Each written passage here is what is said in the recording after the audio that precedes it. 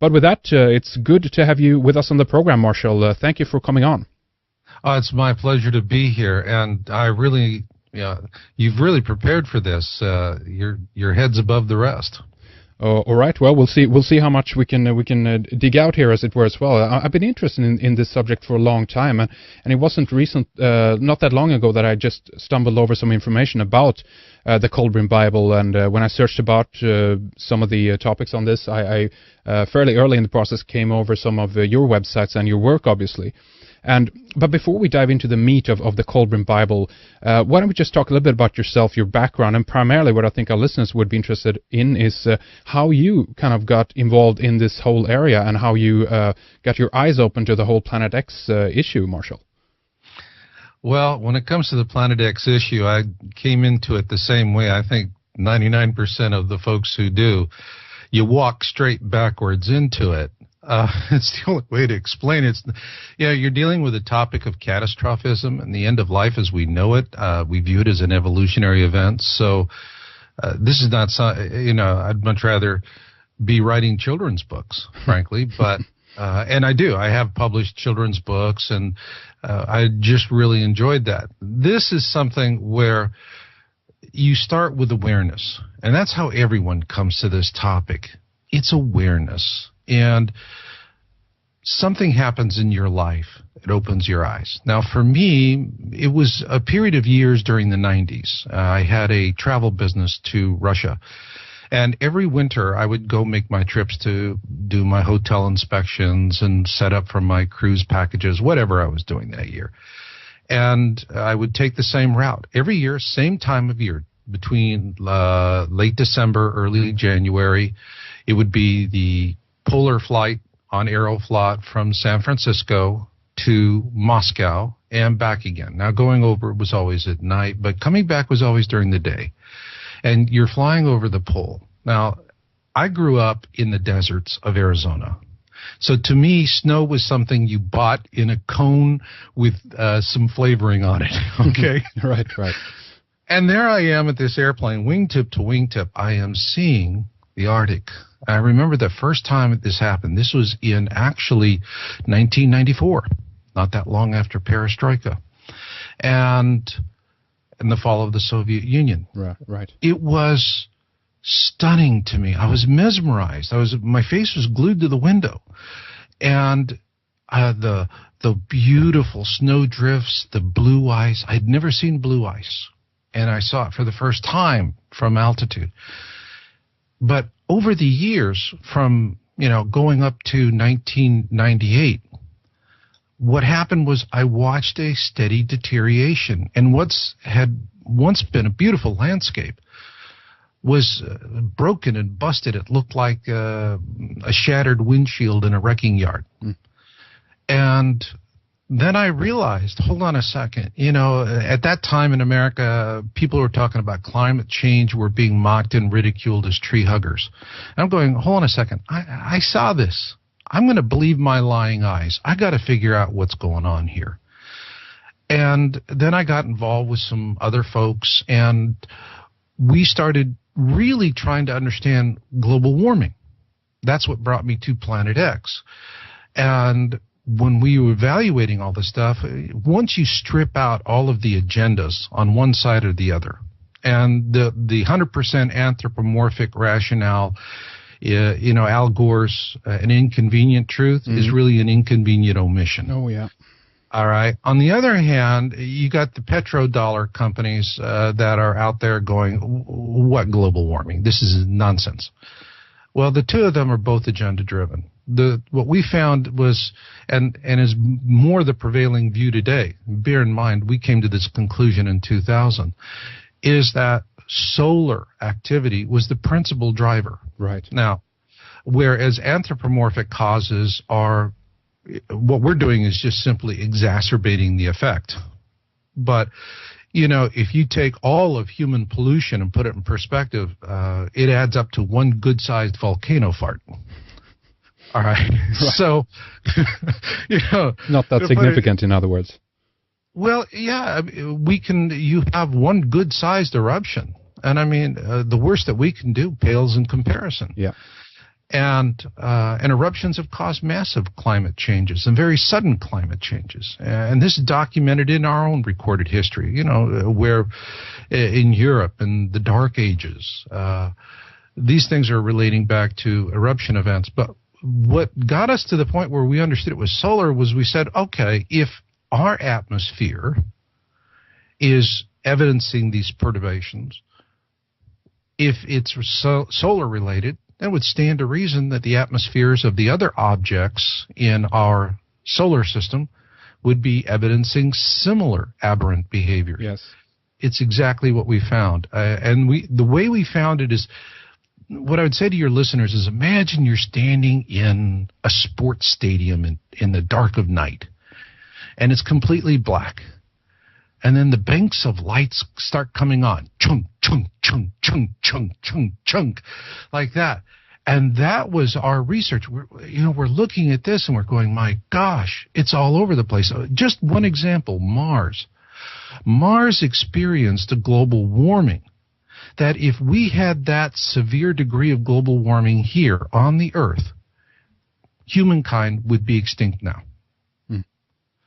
And so, but it's going throughout, even into the gas giants. You're looking at, weather changes, inexplicable weather changes, Jupiter, Saturn, and so forth. It just goes on. And when you're reading it, you always see that being reported there going, golly, gee, we didn't expect this.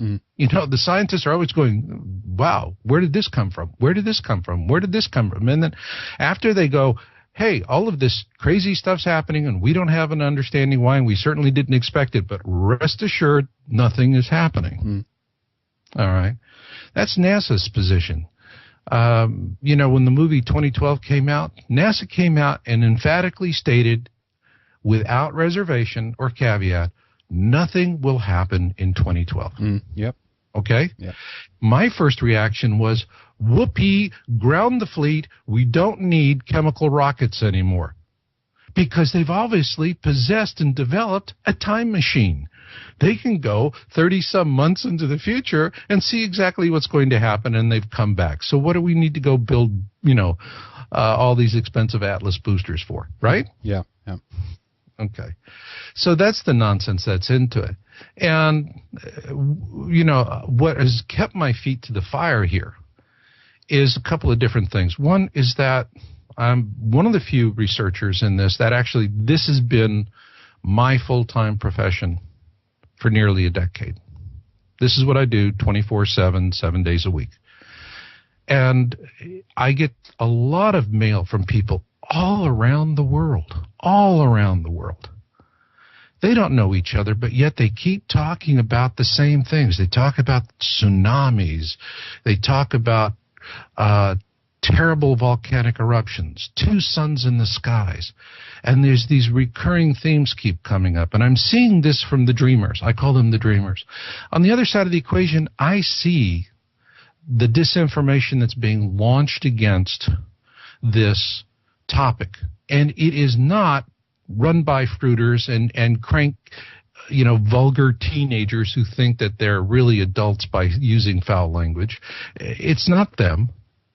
What I'm seeing is a massive, well-coordinated, well-funded, and well-executed disinformation campaign to do one thing and one thing only: create confusion. They can't make the topic go away because it touches on something very deep in each and every one of us.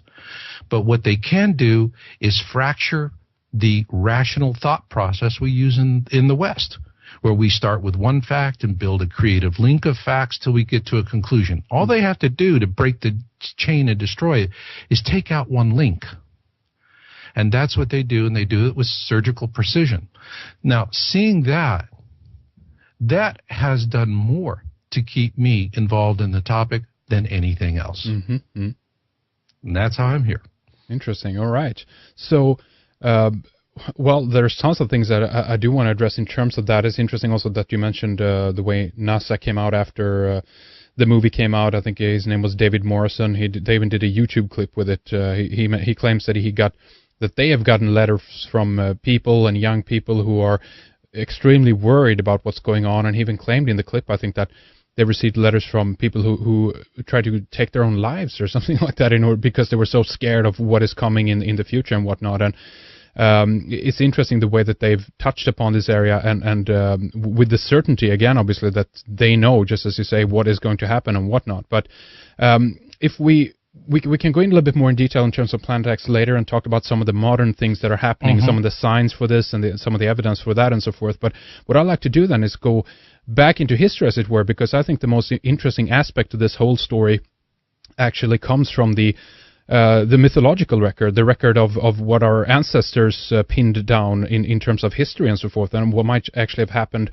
on this planet in the past. Because it seems that something has been happening in terms of catastrophe, just as you mentioned. It's a topic of tremendous upheaval. Something is what was happening here on this planet, and one of these areas then that we can find collaboration in, so to speak, is the Kolbrin Bible. But why don't you give us a little bit of an overview, I guess we can say, of the area of the Kolbrin Bible, where it came from, when it was dug out, so to speak, when we found it, and some of the things that are mentioned in the Kolbrin Bible. Yes, the Kolbrin Bible was, and also I have to tell you up front, I'm a born-again geek, all right? Right. I'm a technical guy, born-hard geek, as they say. And when we were looking at this whole thing, and we had realized that the sun was reacting and that all of the bodies were reacting with the sun, we were going, okay, is there an object that is causing the sun to behave this way? And because that then raises another question. Is it a rogue, or is this a captive object? If it's a rogue object, like, for example, Comet Lee in 1999 flew through the system, created a lot of commotion, a lot of excitement for folks. But that was a rogue object, came in and went out. A captive object is something that's in orbit around your sun, in this case. And if it is doing that and it's in a long period orbit, then it's going to keep coming back and creating this cycle of havoc if it's interacting with the other bodies.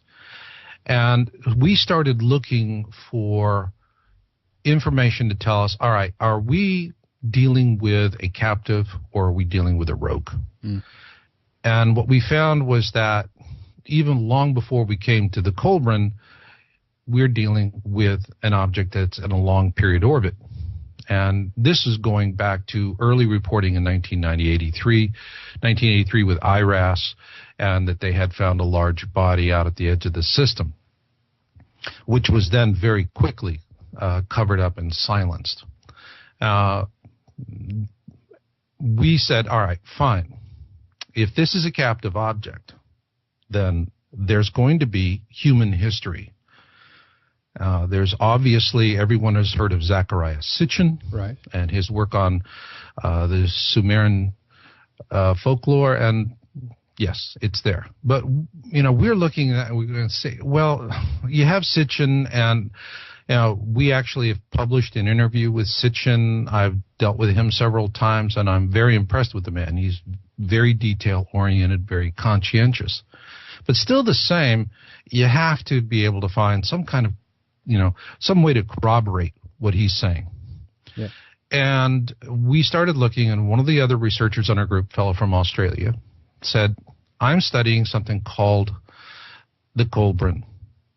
And he gives us that captive object. The Egyptians called it the Destroyer, and the Celts called it the Frightener. This text, the Kolbrin, which we now publish as the Kolbrin Bible.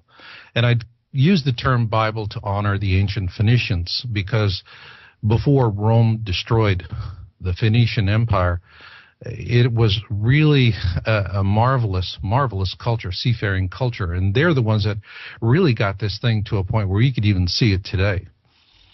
And what it tells us in these ancient accounts that were written about the same time as the Torah, or the Old Testament, was being written after the Exodus. And what the Egyptians tell us in the Egyptian part of it, that's the first part of the Kolbrin Bible. The second part, the Celtic part, was written just in the years after the death of Jesus. And so it really does follow time-wise the Old and New Testament and it's about the same size. What the Egyptians said was that this object was responsible for the sinking of Atlantis.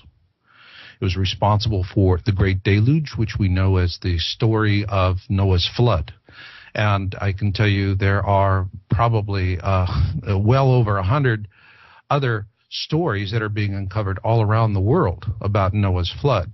And one I found out in a most interesting way. I was in Hawaii on vacation, and they were saying, here's where Captain Cook landed in Hawaii on the Big Island. And he, one of the first things he did was, whip out the Bible and start talking about the Bible. And they were going through it, and the Hawaiians said, no, Noah does not have an H. It's just N-O-A. And you go, what are you talking about? And he says, we have the whole Noah story. You didn't spell it right. And this is one of the things that the tour guides in Hawaii love to talk about. So you have, and then plus the history of Noah's flood is all over. But what they said was Noah's flood was created by the flyby of this object, as was the 10 plagues of Exodus. Now, one of the things that really validates that is when you look at the flood story, and I don't care which folklore you're coming from, but we can take the Noah, all right? Where did Noah build the ark? I don't know. I can't remember. Remind me. Built it up on a hillside. Right. Okay. Now, in today's global economy, right, what a stupid thing to do. If you're going to go build a big ark, build it down in the harbor, because if your disaster doesn't happen, you convert it into a hotel and a casino and clean up, right? All right. Okay. Boom, you got a Queen Mary. Make money with it. No, what does he do? He builds this thing up on a hillside. So fine, it's closer to the wood. Not that, it's not that big a deal to haul the wood down, right? Why build an ark up on a hillside? Well, here's why. Yeah, exactly. He's preparing for something. He knows. That's exactly.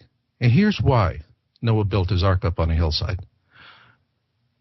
Today, we have tsunamis. And we have a new part of our, vocabulary, mega tsunamis. And now we're not talking about waves that are 5 or 10 feet tall. We keep on TV, they're talking about waves that are hundreds of feet tall. Yeah. All right. And if you have a huge tsunami wave, and it's piling in, well, when it hits the harbor, what's it going to do? Same thing it did in the 2004 Sumatra superquake. It is like hydraulic sandpaper. It just grinds everything. Well, that's what happens in a mega tsunami. And that's what we're going to be seeing. And it was a tsunami that we were dealing with during the flood. Because as the water rushes in and completely devastates the harbors and low-lying areas, marshlands and whatnot, it's just going to start going uphill, right? Right. And as it's going uphill, it's losing its strength, it's losing its speed. And the ark, which is built up from the ground, the water would rush in underneath the ark. And so instead of the ark first encountering the tsunami wave along its sides or across the top, the wave is actually coming up from underneath. It's contacting the ark at the keel, lifting it up, and then, as all tsunamis do, suck everything back out to sea, including the ark. And that is the basic story. Now, what we found in the Kolbrin Bible is that it tells very much the same story as in the Old Testament, but with much greater detail. In the Kolbrin Bible, it is the story of Sesuda and Hanok. But they give us the same approximate measurements. And one of the things that we found with the Kolbrin Bible, in this account and other accounts, particularly the ones dealing with the Exodus, the 10 plagues of Exodus, is that when you read it in other books like the Old Testament, what's the purpose of the Old Testament? The Old Testament is really a living history of a people. It is their justification for being. All right? And so it has to flow and read with that in mind. What was happening was the Kolbrin Bible was completely different. It was more akin to what America did after 9/11. We had the 9/11 report. And we're trying to figure out, how did we get our tatas kicked? Okay? How did these guys get on the plane with box cutters and do this? Well, what happened was the ancient Egyptians were just completely out of their heads trying to figure out how is it that the God of the Hebrews was more powerful than their entire, all of their gods put together. All right? Mm. Their gods are better than our gods. Or their God is better than all of our gods put together. They were trying to understand that. And so what happened was after the Exodus, while Moses was building the Ark of the Covenant and having the Torah written, going through that part of the Hebrew saga, the Egyptians were out there doing their own 9/11 report. And what they did was they said, look, we don't want to find the God of the Hebrews because they felt that the Hebrews had a lesser God, just a lesser God that was more powerful than, obviously, their much lesser gods. They wanted to leapfrog all of that and go to the Creator. And so it was their search for the Creator, the all-powerful God. And they didn't find that, although they combed the waterfront, so to speak. And, what was happening is their scribes and their intellectuals during the day are, it's the business of empire, counting bricks and paying labor and what have you. But they were then starting to harvest all of the folklore and stories from all throughout their sphere of trading, their trading influence sphere. And all of this was coming back to Egypt, and it was compiled into an original work called The Great Book. And the Great Book was the size of a modern encyclopedia. What's left of that is, much less of it, only about probably 20% of the Great Book survived. And it was the rest of it went up when the Library of Alexandria burned. Hmm. But parts of it were translated. And here's where the Phoenicians come in, because they had the greatest sailing fleet of the day. Yeah, right, and so they could go from Lebanon to Great Britain in 4 weeks' time because they were the first seafaring nation that could navigate by the stars. Everybody else had to hug the coast, and boy, that's a slow way to go. Mm.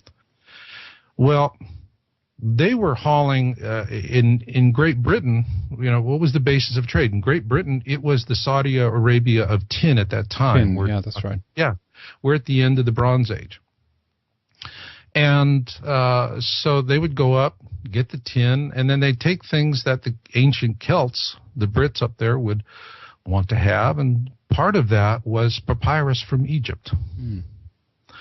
And one of the books in the Kolbrin Bible, it's called the Sons of Fire, is what we believe a last vestige of ancient Phoenician folklore. And it was the part of it that they loved so much that they took this thing with them, and they translated it into Phoenician. And this, again, is very important. A lot of people don't realize is that the English alphabet is based on the Phoenician alphabet. It was a 22-letter alphabet. Mm. And so it was therefore very easy to assimilate into for the Celtic culture. And they then, there was the process of studying it. And it was widely studied. As a matter of fact, Romans at that time who were in England, their children were studying these ancient texts. And all of this information was cobbled together. And after the death of Jesus, was the Glastonbury Abbey was formed about 37 years afterwards, and this information went to the Glastonbury Abbey, and where it was studied. And then later on, the abbey was burned for. Rome was really ticked off. They were going, they're heretics, and so the King of England said, "Yep, let's torch it." And they torched it, killed a lot of priests, but the ones that survived took what they could find, what was left, and they took it on with them, along with another ancient text and was called the Cole Book. And the Cole Book was written by the ancient Celts. The ancient Celts actually discuss Jesus in great depth in the Colburn Bible. It's the last book of the Bible, the Britain book. And I think this was the reason why there was contention, because the ancient Celtic Christians viewed Jesus as a prophet, not as a son of God. They rejected the trilogy. And so, or the Trinity, excuse me. And so consequently, you know, politically, that's not going to set well with Rome, right? So that's it. You rewrite history by just killing it. It went underground and stayed up in northern England and Scotland in secret societies. See, a lot of folks don't realize a lot of the secret societies that are in existence today are the result of suppression. That you have state and you have church that use their power politically to suppress people by destroying what they have found, silencing them, burning them at the stake. You know, we know the old song. Well, a secret society says this is really precious information. It belongs to, you know, to everyone. So we're going to take it and make sure it's safe. But then what happens is they then evolve into the gatekeeper role, where they're so paranoid about how they protect the information, they're going to control it to the point where access to it is virtually impossible. Right. Now, the reason why the Colburn came out was that this was and this was a group in England, in Scotland actually, that was actively working with it. The texts were continually being translated. In the Colburn Bible, we have a lineage of the languages and how it progressed. It was almost entirely destroyed during World War II during the Blitz of London. The manuscript was in London. Now, interestingly enough, it wasn't a Nazi bomb that almost destroyed it. It was a fundamentalist housewife who started reading it and went, "This is heresy," and she wanted to burn it. And so they snatched it away from her. I mean, it's like, you know, you got enough problems with churches. You know, you got housewives that want to burn it. And so they snatched it away, took it back to Scotland, and there it stayed. All right. And the reason why it was in London was that they had been actually in the process of updating it from Old English, like what we see in Shakespearean plays, to the English of that time, the Queen's English. In our edition, it is still the Queen's English. The only difference is we have changed grammar and punctuation to the Chicago style book so that it's just more readable for people today. But the exact verbiage is word for word exactly the same. And there are very specific prophecies in the Colburn Bible. Now, two of them dealt with predicting the fall of the Soviet Empire, and two was the rise of radical Islam. And the Colburn says, the way the Colburn predicted the fall of the Soviet Union was it said a mighty empire with the largest naval fleet in the world, like an apple, will be rotten at the core and collapse suddenly. And that's how the ancients described it. Now, here's a fact. When the Soviet Union fell, it in fact had the largest navy in the world, period. Everybody thinks the United States has the largest navy because we see our carriers, and they're big, you know, floating mountains of airports, right? But the fact was that the Soviets had a different naval strategy. Their naval strategy was to use submarines and missile cruisers. And that was their emphasis. And they had a massive fleet of surface ships and submarines, and their fleet was a third larger than the American fleet. In fact, it was probably larger than all of the world's navies put together. And it, just like an apple rotten at the core, it collapsed. Now, how did the ancient Egyptians, and I'm talking about these prophecies date back to, you know, some 3,600 years. What they said about Islam was they said a faith will rise up, it will preach peace but bring war to the four corners of the world. Now, Christianity professes love. Judaism professes life. Islam professes peace. And radical Islam has indeed brought war to the four corners of the world. And they also predicted that women, Islamic women, would begin to push back, if you will, revolt against this. And what are we seeing? We're seeing in Islam, there is a trend. Women are stepping up and they're wanting more of a voice. There's more power. So a lot of the things that we're seeing today are harbinger signs that were predicted millennia ago. And they roll out. It's not where you have to say, okay, well, this prediction is, it's 90% except for this little thing we can't figure over here. No, it's a dead hit. It's a dead hit. A nation with the largest navy in the world just folds its tent. Boy, that's the Soviet Union. Bada bing. Now, when that happened, around this time, you're talking about 91, well, the Internet is also really starting to come into its own. The Internet for these ancient texts like the Colburn Bible, but also think about it. In the last millennium, or in the last century, how often do we talk about all these unpublished Gospels of the Holy Bible? Sure, yeah. Now we're talking about them, right? Why? Because the Internet. One of the things I saw is the power of the Internet, and why to me it is so sacred and so beautiful and so necessary to our evolution as a species is one good example. You and I are sitting here talking. It wouldn't be possible without the Internet. Yeah, that's right. Okay? And you wouldn't have found me without the Internet. That's right. We look in Tiananmen Square. And what happened in Tiananmen Square was that the Chinese Communist government went in and just brutalized these students who were just saying, hey, how about a little bit of human rights here? And it was a peaceful protest. And they crushed him. And we saw that one fellow that stopped a whole row of tanks. Yeah, that's right. And he that cost him his life eventually.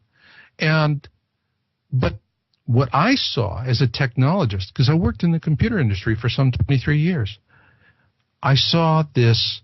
Here you had the most powerful fascist government in the world that could control everything, channel everything, and yet there was this hemorrhage of fax, phone, email, early email systems, and all of this information was squeezing out, and they couldn't stop it. It was like, the dam was busting, and they ran out of thumbs, The net result is look what's happened to China today.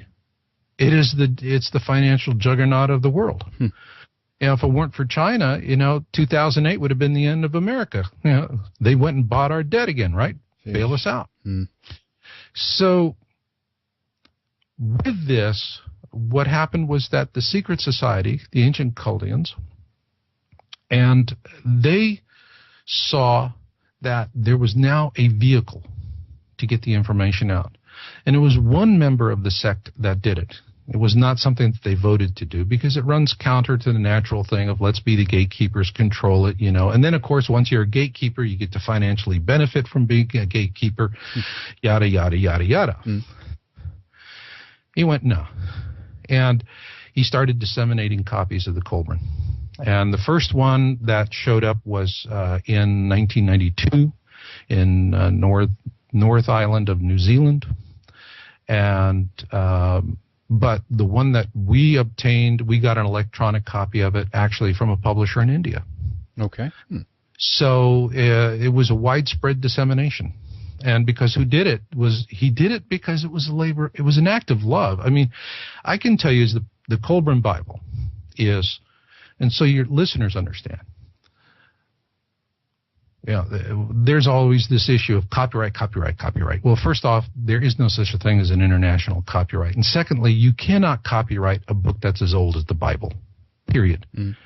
You know, in America, everyone reads Moby Dick. It's classic America. You know how much money that guy made for writing that book?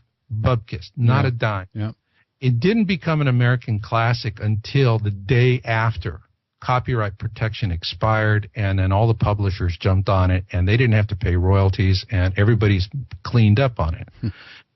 So, you know, if Herman Melville and his family don't make anything, I mean, now that's pretty recent history, right? Right. What we have with the Colburn Bible is what we call a compilation copyright. And compilation copyright is, we're just saying, the basic text is public domain.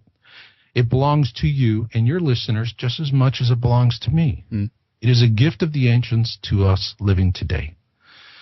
What we have copyrighted just simply is what we've added as value. We put a citation system, an alphabetical index, a lot of historical information, giving context, some special reports at the back. But if any of the major publishers in the world wanted to pick it up and publish the original text, they could do it the same way they did, you know, with Herman Melville's book. And there's nothing I can do about it. And there's nothing I would want to do about it, because once you're publishing a book like this, once you're bringing it out, you realize that this is an ancient work, and it's here today because countless people, faceless people, gosh knows how many generations, kept the faith. They protected it. They sheltered it. They loved it. They nurtured it because they understood it's important to us.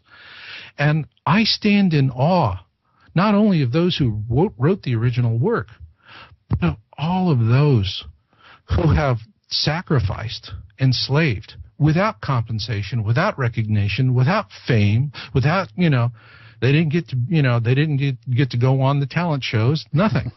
All right?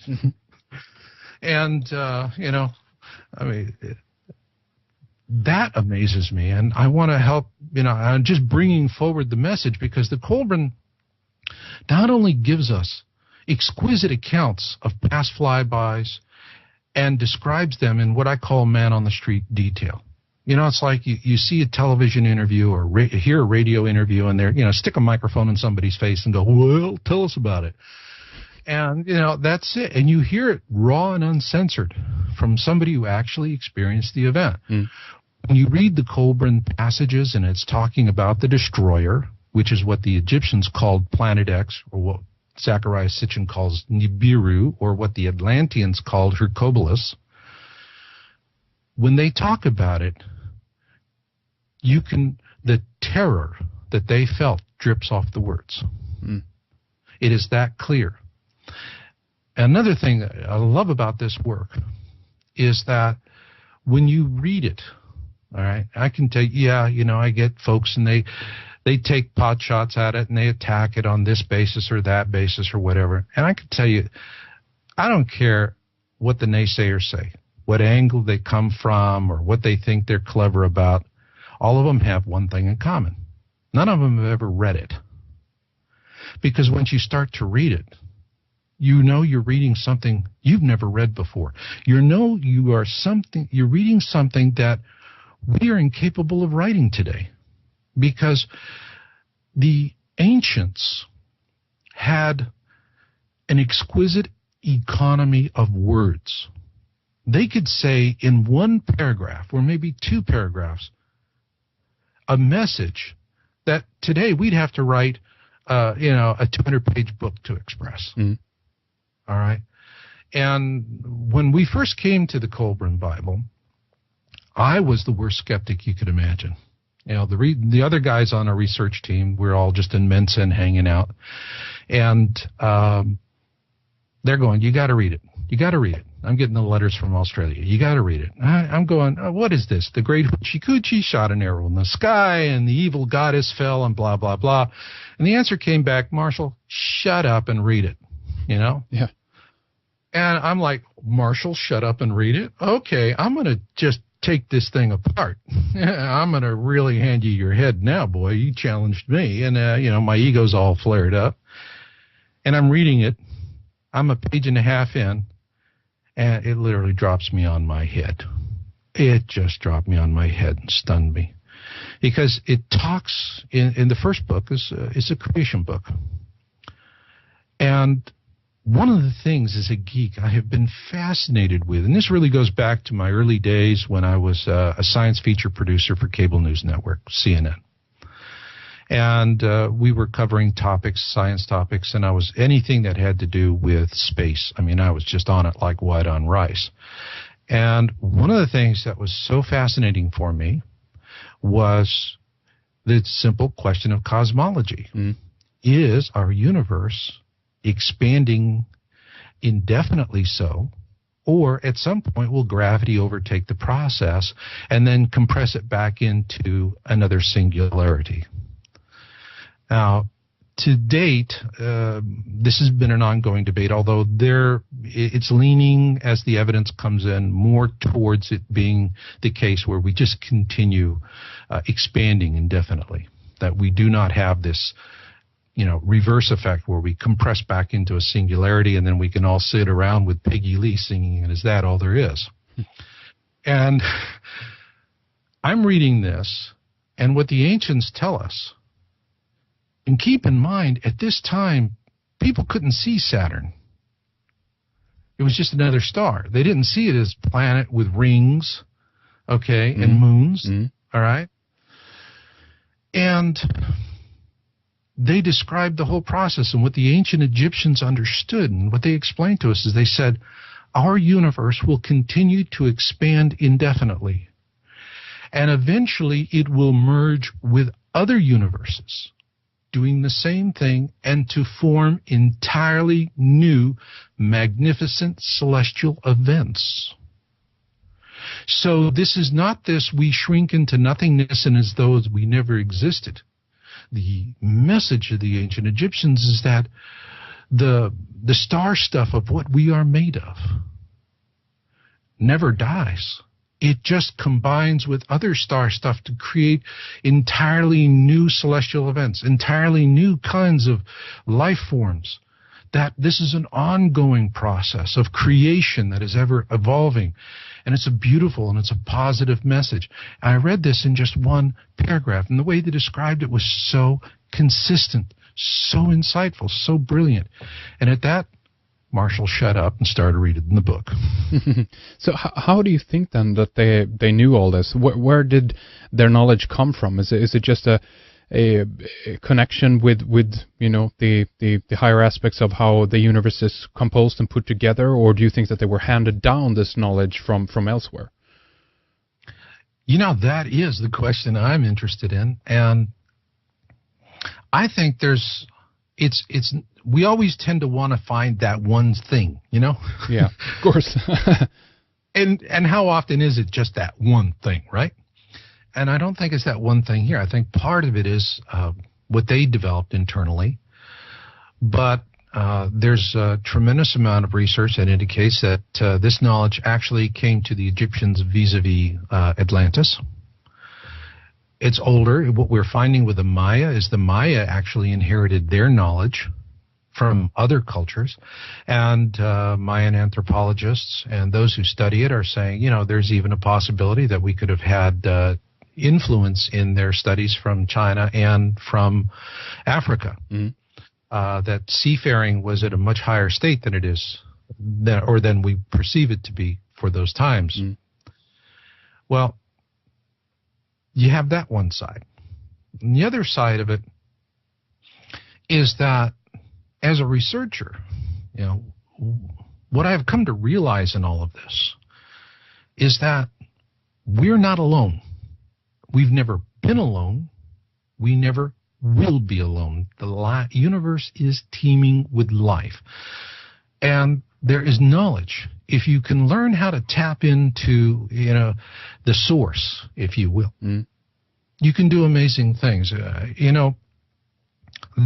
Everyone heard of Gene Roddenberry. He's the guy that created the very successful Star Trek franchise.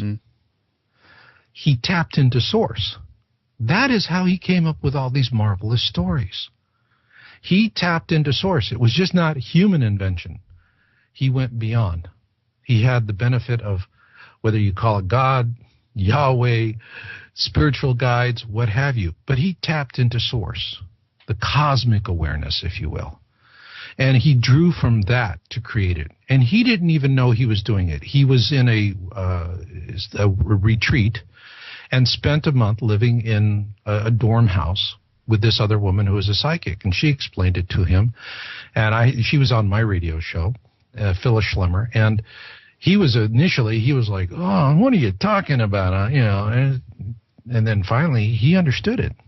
And then when Roddenberry not only understood that he had actually, without understanding it, had tapped into source, he then began using that to his advantage, and it made him excited.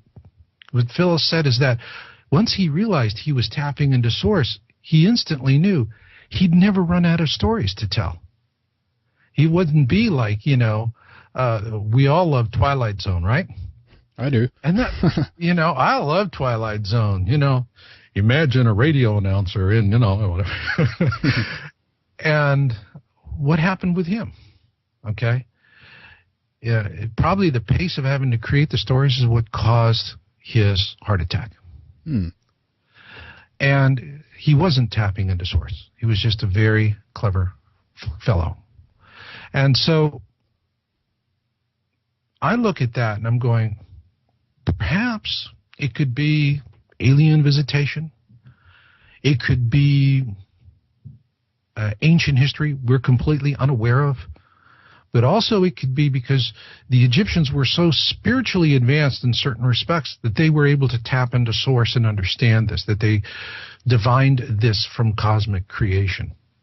And again, when you read the Kolbrin Bible, whether you are reading the ancient Egyptians in the first part, we call that the Bronze Book, or in the second part, which was written by the ancient Christian Celts, we call the Kol Book.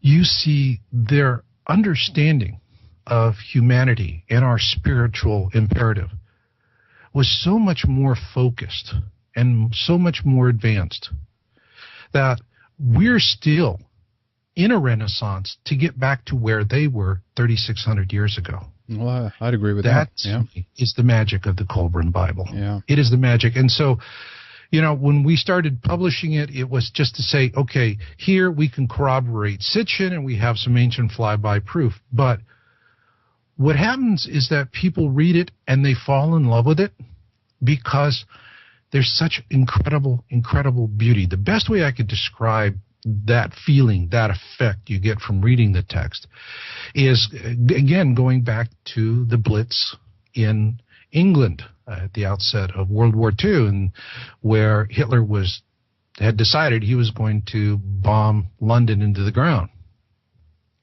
It was at this time in the last century that Shakespeare was read more than at any other time in the 20th century by Londoners. Why were they reading Shakespearean plays where the bombs were falling? Because Shakespeare reaches us at a deep level. If you look at the plays, you look at Hamlet, these are people and they're in life and death situations, and it is the agony of just trying to make it through life. It's not, one of these dime store novels, that we like to entertain ourselves with. All right, Jacqueline Bisset and what have you. It's not Valley of the Dolls. It is something that really goes deep. And so when the bombs were falling on the people, they needed something that would reflect the deep need within them, that very deep human need. And so Shakespeare did the job. And that's the reason why Shakespeare was read so extensively, more than at any other time in the 20th century. The Kolbrin Bible is doing the same today for those who are coming to the topic and they want to feel a connection to the past. They want to feel a sense of hope. The one thing the Kolbrin tells us is that the stout-hearted will not go down to destruction. And that is one of the most beautiful things that comes out of it. It doesn't say, this hopeless, we're all going to die. What it's saying is the stout-hearted. And it's saying that love and integrity is what you need to get through it. And it's also maybe a way for us to connect with the ancients in that sense, and to get closer to the world that they experienced, and from their perspective, it's always better to go straight to the source, as it were, than reading a dry, although it can be interesting, of course, but reading a dry historical, factual literary book, it's better to go to the mythological, the story record of the people themselves. And have you done any comparison in terms of, and I don't know if this exists or not, but various translations of the Kolbrin Bible? And is there anything that you prefer as opposed to some sources or some translations that might not be as vivid and as articulate, if you know what I mean? Well, this translation is the only existing translation today. Ah, okay. And right. that the work has really struggled for survival, and it has numerous times in it. You had something that was originally, I mean, when the Egyptians penned it, it was in hieroglyphics, but then it was translated into Phoenician. From the Phoenician, it was translated to the ancient language in Great Britain.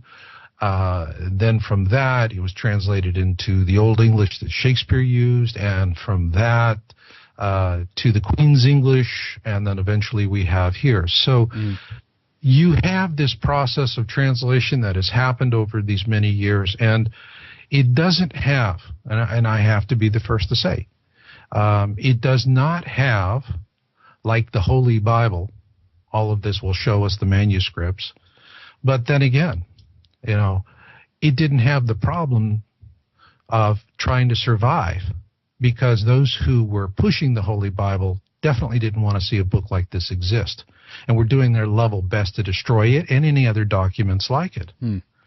And so what we have is the last vestige of it that has survived time, that has survived church and state domination and suppression. And we have what we have. But when you talk about, everyone wants to get into issues of, well, what's the provenance? Provenance. I bet you can remember back to when Der Stern magazine in Germany were really clipped on the Hitler diary. They paid a fortune for it. They printed up a gazillion magazines. They were going to make a killing, man. They documented this thing. They had provenance. They had experts. They had everything. They had the real McCoy. And then they found out they got took to the cleaners. It was a fake. It was a fake. Yeah. It was a fake with absolutely perfect provenance. And for Der Stern, it was a huge financial loss and a real slap in the face on their reputation. Now, the thing of it is that what we say is that when you read the Kolbrin, here's what you start to see. One, with the Hitler diaries, you had one voice with a linear story. If you are going to create a hoax, you want to do it in one voice so that you don't have to hire a team of hoaxers to collaborate. Second is that you want it to be linear instead of object-oriented, all right? Linear being, and a diary is a perfect example of linear. Today I killed 1 million Jews. Tomorrow I'll kill you 1 million more. I mean, we understand the sequencing, right? With the Kolbrin Bible, there's probably as many as 200 different voices. Because, again, remember, this is an anthology, if you will, that has pulled together all of these ancient stories from vast regions. And you have these different voices, and it is anything but linear. It was something where after the Glastonbury Abbey fire, and they had what they had, they tried to cobble it together in the best semblance of some kind of order. But when you read it, you start here, jump to there, go to the other direction. So it's very nonlinear, hundreds of voices. But even though you have hundreds of voices, each of them have their own different personalities, their own different agendas, but it's still eloquent. It shows this great, deep, spiritual understanding that if you are some filthy little hoaxer that wants to, go out and pull the wool over Dare Stern's eyes. You're not going to see the world that way. And so the beauty is in the text itself. You read it, and when people read it, all of these issues that are raised up by debunkers, self-appointed debunkers, and this, it all melts away like tears in the rain. Well, it all melts away. And I'm personally absolutely very, very interested, absolutely, in reading the Colburn Bible myself, and I think that this is a really good introduction, as it were, going through some of the material that is included in it. And Marshall, what I want to do now is continue here a little bit more in our next segment. I want to take a short little break, and but also I want to give out some information from your point of view of how listeners who do want to get a copy of the Colburn, how they would go about doing that. I know, as you mentioned, then, that you have copies of the Colburn available through your website, and also the fact that you have indexed it, you've done a few editions and so forth, so it could work as a good reference work. But tell us how people can get a copy of the Colburn Bible, Marshall. The Colburn Bible is, first off, if you go to our site, Colburn.com, that's KOLBRIN.com, all of the links will be there. And we sell the Colburn in two different editions. One is the paperback, which we sell internationally. You can buy it through Amazon, Barnes & Noble, both in the UK, EU, USA, anywhere in the world. We sell it from our site. We ship anywhere in the world. We have a leather edition. The leather edition is only available from our site. It's a very limited thing, and we really set a high criteria for it. I didn't want, pseudo leather and, thin paper. I mean, I wanted a book that is a book, And boy, is this a book. I mean, this thing is so big and heavy. I mean, there's at least 3 counties in Texas that would classify it as a dangerous object. But it is beautiful. It's a nice thick paper. We also have, with our edition, we have audio courses that are available. You get 4 CDs and some other instructional material. And our online edition, our Colburn online edition, also has additional supplemental at the back of the book. And we have various different packages that work it out. And, for folks that are coming to it, whether you buy it on Amazon or you buy it from us, you're getting it all. You're getting it all. We also have 2 abridged editions. We took, because one part of the book was written by the Egyptians and one part was written by the Celts. This is available actually online only from Amazon. We don't stock it, but we do have the smaller editions so that people can just focus on something and spend less, frankly. But and I have published children's books, and I just really enjoyed that. This is something where you start with awareness, and that's how everyone comes to this topic. It's awareness. And something happens in your life. It opens your eyes. Now, for me, it was a period of years during the 90s. I had a travel business to Russia. And every winter, I would go make my trips to do my hotel inspections and set up for my cruise packages, whatever I was doing that year. And I would take the same route. Every year, same time of year, between late December, early January, it would be the polar flight on Aeroflot from San Francisco to Moscow and back again. Now, going over was always at night, but coming back was always during the day. And you're flying over the pole. Now, I grew up in the deserts of Arizona. So to me, snow was something you bought in a cone with some flavoring on it. Okay? Right. And there I am at this airplane, wingtip to wingtip. I am seeing the Arctic.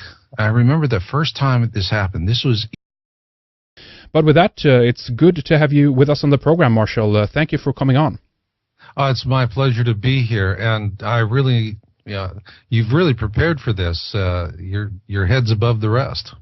All right. Well, we'll see how much we can dig out here, as it were, as well. I've been interested in this subject for a long time, and it wasn't not that long ago, that I just stumbled over some information about the Colburn Bible. And when I searched about some of the topics on this, I fairly early in the process came over some of your websites and your work, obviously.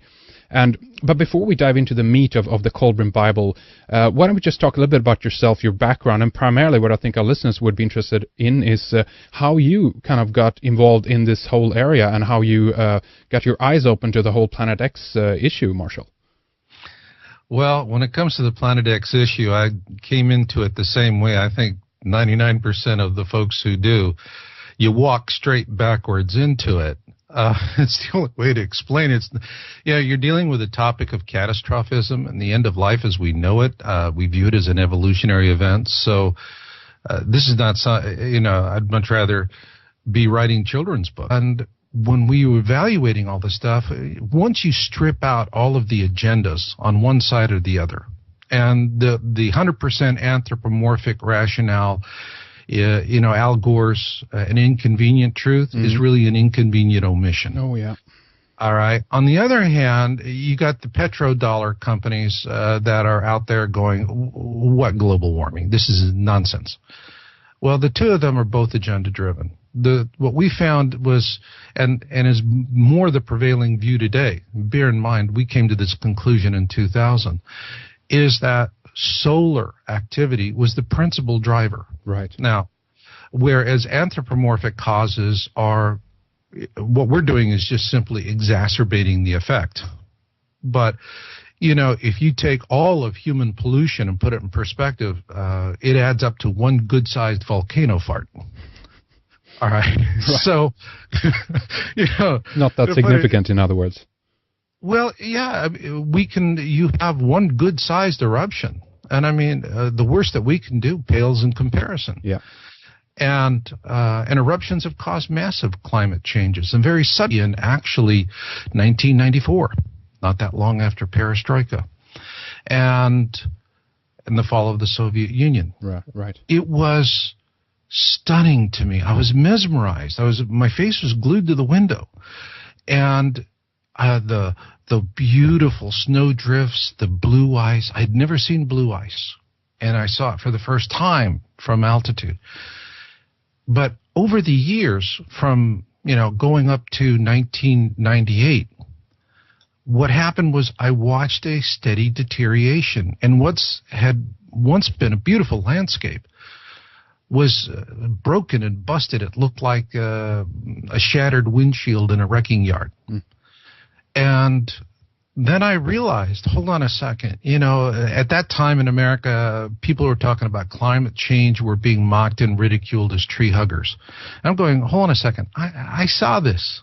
I'm going to believe my lying eyes. I got to figure out what's going on here. And then I got involved with some other folks, and we started really trying to understand global warming. That's what brought me to Planet X.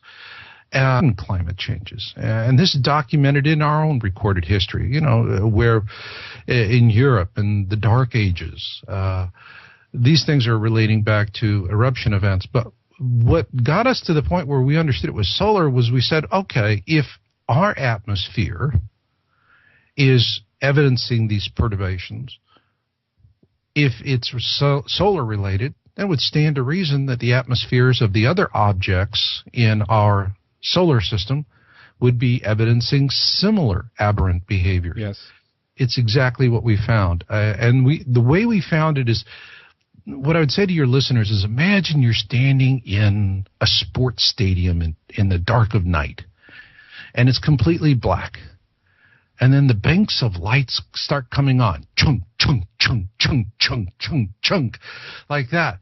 And that was our research. We're looking at this and we're going, my gosh, it's all over the place. Just one example, Mars.